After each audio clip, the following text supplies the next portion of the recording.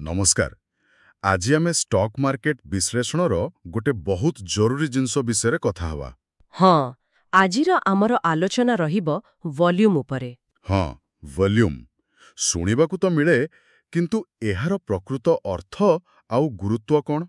देखंतु, आमर लक्ष्य हेउछि एई वॉल्यूम कौन आउ एहा काहिंकी एते गुरुत्वपूर्ण ताकू टिके सहजरे बुझाइबा। आउ एहा बजारर चालचलन विषय कौन सूचना दिए सेटा भी? एकदम, कारण एइटा खाली गोटे संख्या नुहे, बुझिले? एइटा हेला बजारर प्रकृत काम, माने कौन चालिछि भितरे सेइटा देखाए। अच्छा, तेबे आसंतु पूरा मूलरू आरंभ करिबा। ए वॉल्यूम जिनिसटा प्रकृतरे कौन? सरल भाषारे सरल भाषारे कहिले वॉल्यूम माने हेला गोटे निर्दिष्ट समय भितरे, धरंतु गोटे दिन केतेटा शेयरर किणाबिका हेला। माने केते लोक किणिलेर केते बिकिले तारो मोट संख्या। हाँ, केतेगुड़ा शेयर हाथ बदला हेला। जेमिति जदि आजी रिलायंसर 10 लक्ष शेयर किणाबिका हेला, तेबे आजिर वॉल्यूम हेला 10 लक्ष। सीधा कथा। बुझिली। मु देखिछि जो स्टॉक चार्ट थाए सेथिरे दामर ग्राफ तळे साना सानो भूलंब रेखा परी किछि थाए। हाँ, सेगुड़ाक ही वॉल्यूम बार। अच्छा, सेथिरो किछि सबुज दिसे, किछि पुनी नाली। तार माने कोन? देखंतु, साधारणतः गोटे नियम थाए जे जदि सेही दिनर दाम आग दिन तुलनारे बढ़ी की बंद हेला, बारटा सबुज देखा जाए। ओहो। आउ जदि दाम कमी की बंद हेला, ताहिले लाल। किंतु सबुठु गुरुत्वपूर्ण हेउछि से बारर उच्चता। उच्चता? हाँ, बार जेते लंबा बा उच्चा, तार माने सेई समयरे सेते बेसी परिमाणर कारोबार होइछि। बड़ बार माने बेसी वॉल्यूम। अच्छा, बुझा पड़ेला। किंतु एई वॉल्यूम जानिबा एते जरूरी काहींकी? एथिरु कोन एमते सूचना मिले जे? एथिरो बहुत किछि जणा पड़े। प्रथम कथा हेला, मूल्य जो बढ़ुची बा कमुची, सेथिरे केते जोर अछि, केते दम अछि, सेटा जणा पड़े। केमिति? देखंतु, जदि गोटे स्टॉकर दाम बहुत बेसी वॉल्यूम सहित बढ़ुची, तार माने से वृद्धिटा शक्तिशाली। बहुत लोक आग्रह देखाउछंती। माने सेटा गोटे भलो संकेत ऊपरकू जिबार। हाँ, एक सुस्थ अपट्रेंडर संकेत बोली धरा जाए। आउ जदि दाम तो बढ़ुची किंतु वॉल्यूम बहुत कम, सेइठी टिके संदेह आसे। से वृद्धि उपरे बेशी भरोसा करा जाई पारिबनी, हुए तो सेटा गोटे दुर्बल चाल। किंबा कोन कोंती नकली ब्रेकआउट। हाँ, एकदम संभावना थाए कि सेटा गोटे फेक ब्रेकआउट होई पारे। सेमती बहुत अधिक वॉल्यूम सहित जदि दाम तळकू खसुची, ताहले सेटा एक शक्तिशाली डाउन ट्रेंडर संकेत। ताहले कहिबाकू गले वॉल्यूम हमकू ट्रेंडटा केते सत सेटा जानिबारे सहाय्य करे। निश्चित भावरे। आउ गोटे बड़ कथा हेला ब्रेकआउट कि ब्रेकडाउन।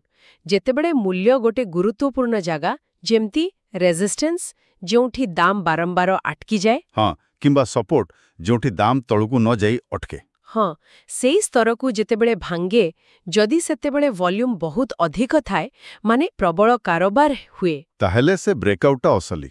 हाँ, ताकू प्रकृत ब्रेकआउट बोले धरा जाए।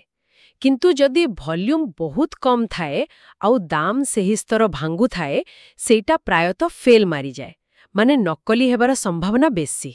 अच्छा, एहा कोन ट्रेंड बदलिबारे भी किछि संकेत देई पारे, माने रिवर्सल? किछि किछि परिस्थिति रे हाँ, जेमती धरंतु गोटे स्टॉकर दाम लगातार तळकू जाउछि, किंतु आपण देखिबे वॉल्यूम धीरे धीरे कमी कमी जाउछि। ता माने? तार माने हेला, जो माने बिकिबा कथा, से माने आउ बेसी बिकिबाकू चाहू नाहांती, बिक्रीर चाप कमुछि। तेबे सेठू दाम ऊपरकू जिबार संभावना अछि? हाँ, सेटा गोटे संभाव्य रिवर्सल संकेत होई पारे। बढ़िया। अच्छा, एई वॉल्यूम विश्लेषण पई किछि स्वतंत्र टूल बा इंडिकेटर व्यवहार करा जाय की? हाँ, किछि लोकप्रिय इंडिकेटर्स अछि, जेमति कि वॉल्यूम मूविंग एवरेज, आउ गोटे अछि ओबीवी, माने ऑन बैलेंस वॉल्यूम। ओबीवी? हाँ, ऑन बैलेंस वॉल्यूम। आउ गोटे हेला वॉल्यूम ऑसिलेटर। एगुड़िक टिके एडवांस्ड, किंतु एहा वॉल्यूमर ट्रेंड को बुझिबारे सहाय्य करे।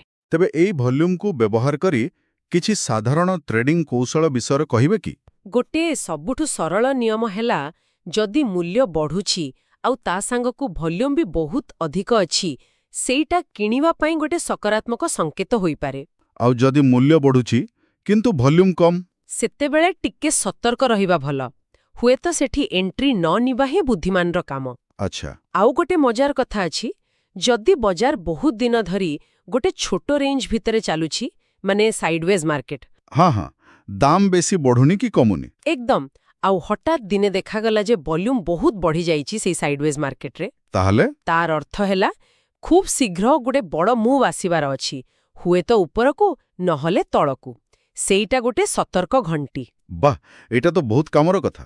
କିନ୍ତୁ ଗୋଟେ ଜିନିଷ ମନେ ରଖିବା ଦରକାର ଯେ ଖାଲି ଭଲ୍ୟୁମ୍ ଦେଖି ନିଷ୍ପତ୍ତି ନେବା ଠିକ୍ ନୁହେଁ ନା? ନିଶ୍ଚୟ ନୁହେଁ। ଏଇଟା ସବୁଠୁ ଗୁରୁତ୍ୱପୂର୍ଣ୍ଣ। ଭଲ୍ୟୁମ୍କୁ ସବୁବେଳେ ମୂଲ୍ୟ ସହିତ ମିଶାଇ ଦେଖିବାକୁ ହେବ, ମାନେ ପ୍ରାଇସ୍ ଆକ୍ସନ୍ କେମିତି ଅଛି। ଆଉ କ୍ୟାଣ୍ଡେଲ ଷ୍ଟିକ୍ ପ୍ୟାଟର୍ନ ସବୁ କ'ଣ କହୁଛି? ହଁ, ସପୋର୍ଟ, ରେସିଷ୍ଟେନ୍ସ କୋଉଠି ଅଛି, ଏସବୁକୁ ଏକାଠି ଦେଖିଲେ ଯାଏ ଗୋଟେ ଭଲ ଚିତ୍ର ମିଳେ। କେବଳ ଭଲ୍ୟୁମ୍ ଏଟା କିଛି ନୁହେଁ। ଠିକ୍। ଆଉ ଏଇ ଭଲ୍ୟୁମ୍ ବିଶ୍ଳେଷଣ କ'ଣ ସବୁ ପ୍ରକାର ଟ୍ରେଡିଂ ପାଇଁ କାମ କରେ? ମାନେ ଇଣ୍ଟ୍ରାଡେ, ସ୍ୱିଙ୍ଗ, ଲଙ୍ଗ୍ ଟର୍ମ ସବୁଥିରେ? ହଁ, ସବୁଥିରେ ପ୍ରଯୁଜ୍ୟ। ଇଣ୍ଟ୍ରାଡେ ଟ୍ରେଡର 5 ମିନିଟ୍ ବା 15 ମିନିଟ୍ ଚାର୍ଟରେ ଭଲ୍ୟୁମ୍ ଦେଖନ୍ତି। ସ୍ୱିଙ୍ଗ ଟ୍ରେଡର ଦୈନିକ ଚାର୍ଟରେ ଦେଖନ୍ତି, ଆଉ ଦୀର୍ଘକାଳୀନ ନିବେଶକ ସାପ୍ତାହିକ ବା ମାସିକ ଚାର୍ଟରେ ବି ଦେଖିପାରନ୍ତି। ଅବଶ୍ୟ ପ୍ରତ୍ୟେକ କ୍ଷେତ୍ରରେ ତାର ବ୍ୟବହାର ଟିକେ ଅଲଗା ହୋଇପାରେ। ବହୁତ ବଢ଼ିଆ। ତାହେଲେ ଯଦି ଆମେ ସାରାଂଶେ ଦେଖିବା, ମୂଲ୍ୟର ବିଶ୍ଳେଷଣ ପାଇଁ ଭଲ୍ୟୁମ୍ ଏକ ପ୍ରକାର ଅପରିହାର୍ଯ୍ୟ ଅଙ୍ଗ? ଏକଦମ, ଏହାକୁ ବଜାରର ହୃତ୍ସ୍ପନ୍ଦନ କହିଲେ ବି ଭୁଲ ହବନି। ଏହା ବଜାରର ଲୋକଙ୍କର ଆଗ୍ରହ ଆଉ ବିଶ୍ୱାସକୁ ଦର୍ଶାଏ। ହଁ, ଏହା ନଥିଲେ ବିଶ୍ଳେଷଣଟା ଅଧୁରା ରହିଯିବ। ନିଶ୍ଚିତ ଭାବରେ। ଆଜିର ଆଲୋଚନା ଶେଷରେ ଗୋଟେ କଥା ମନକୁ ଆସୁଛି। ଯେତେବେଳେ କୌଣସି ବଡ଼ ଧରଣର ମୂଲ୍ୟ ପରିବର୍ତ୍ତନ ଆସିବାକୁ ଥାଏ, ତା ପୂର୍ବରୁ ଭଲ୍ୟୁମ୍ରେ କିଛି ଅସ୍ୱାଭାବିକତା ଦେଖାଯାଏ କି, ଯାହା ଏକ ଆଗୁଆ ସଙ୍କେତ ପରି କାମ କରିପାରେ? ହଁ, ଏଇଟା ଗୋଟେ ବହୁତ ଭଲ ପ୍ରଶ୍ନ। ଅନେକ ସମୟରେ ଦେଖାଯାଏ, ଯେମିତି ଆମେ କହିଲେ, ବଡ଼ ମୁଭ୍ ପୂର୍ବରୁ ହଠାତ୍ ଭଲ୍ୟୁମ୍ ବଢ଼ିଯିବା, କିମ୍ବା ଗୋଟେ ଲମ୍ବା ଟ୍ରେଣ୍ଡ ଶେଷ ହେବା ବେଳକୁ ଭଲ୍ୟୁମ୍ କମିଯିବା। ଏମିତି କିଛି ସୂଚନା ମିଳିଥାଏ। ଏହା ଉପରେ ଅଧିକ ଅନୁସନ୍ଧାନ